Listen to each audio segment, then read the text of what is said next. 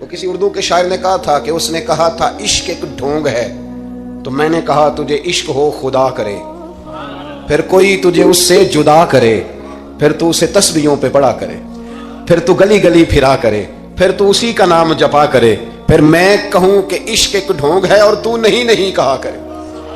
داتا گنج بخش علی حجویری۔ داتا صاحب نے لکھا ہے، یہ آج کل کا جو جدید نوجوان طبقہ ہے وہ ذرا بات جلدی سمجھ جائے گا۔ داتا صاحب رحمۃ اللہ لکھا ہے، حضرت عبداللہ بن مبارک رحمۃ اللہ علیہ سے کسی نے کہا کہ آپ بڑے زبردست محدث ہیں اور اتنی وارفتگی والے صوفی کم ملتے ہیں جتنے آپ ہیں، وجہ کیا ہے؟ تو حضرت عبداللہ بن مبارک فرمانے لگے، مجھے نا توبہ کرنے سے پہلے ایک عورت سے عشق ہو گیا تھا، عورت سے۔ بڑی توجہ سے بات سمجھنا۔ آپ فرماتے ہیں میرا گھرانہ نمازی تھا، یہ داتا صاحب نے لکھا ہے کشف المعجوب میں۔ حضرت عبداللہ بن مبارک فرماتے ہیں کہ جس عورت سے مجھے عشق ہو گیا نا، اس کے محلے میں جا کے میں عشاء کی نماز پڑھتا تھا، اور پھر ساری رات میں اس کے گھر کے گرد رہتا تھا۔ وہ آدھی رات کو تھوڑی دیر کے لیے چھت پہ آتی تھی، دو ایک باتیں ہوتی تھی، میں لوٹ آتا تھا۔ فرماتے ایک رات میں نے عشاء کی نماز اس کے محلے میں جا کے پڑھی، قاری صاحب نے نا کچھ آیات لمبی پڑھا دی تو مجھے غصہ آیا۔ کہہ دیتے نا لوگ مولویوں نے کام کو نہیں سانتے اور بھی ہیں، تو کہتے ہیں کہ نماز لمبی پڑھا دی تو مجھے غصہ آیا کہ جلدی پڑھاؤ۔ فرماتے ہیں نماز وہاں پڑھی، سخت سردی تھی، رات لمبی تھی، میں اس کے گھر کے گرد جا کے نا تو منڈلانے لگا کیونکہ مجھے اس سے محبت تھی۔ فرماتے ہیں کہ 1 گھنٹہ 2 گھنٹے 4 گھنٹے 5 گھنٹے حتیٰ کہ سحری کا وقت ہو گیا، پاؤں پھوٹنے لگی، تو وہ نا بھاگتی بھاگتی چھت پہ آئی اور کہنے لگی کہ گھر میں رش بڑا ہے، مہمان زیادہ ہیں، آج بات نہیں ہو سکے گی۔ کہتے یہ لفظ کہتے وہ نیچے اتر گئی۔ جب میں وہاں سے واپس نکلا تو فجر کی اذان شروع ہو گئی، یوں سمجھ لیں کہ 13 گھنٹے 14 گھنٹے بیت گئے۔ حضرت عبداللہ بن مبارک فرماتے ہیں اچانک نہ میں نے اپنے دل پہ توجہ کی، ساری رات وہ آئی نہیں تھی پر مجھے اس پہ غصہ بھی کوئی نہیں آیا،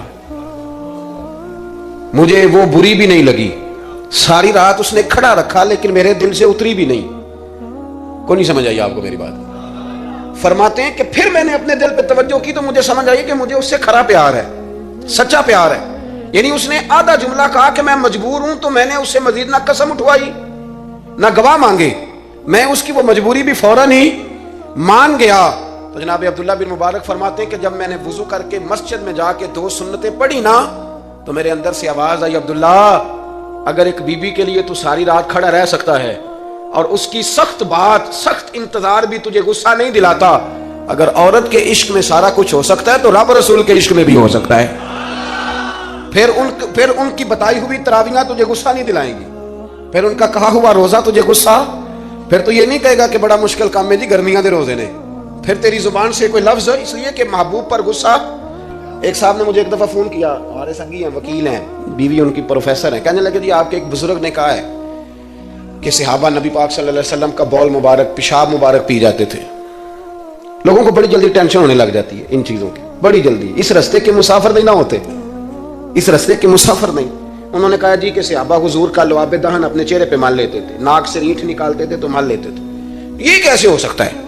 میں نے ان سے کہا کہ تمہاری عقل میں بات نہیں آئے گی، تمہارا شعبہ نہیں نا، تمہارا یہ شعبہ۔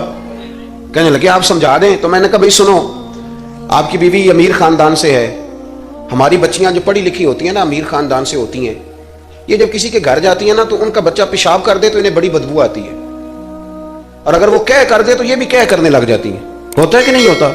اور گھر آ کے کہتی ہیں وہ بڑے جاہل ہیں، صفائی نہیں کرتے۔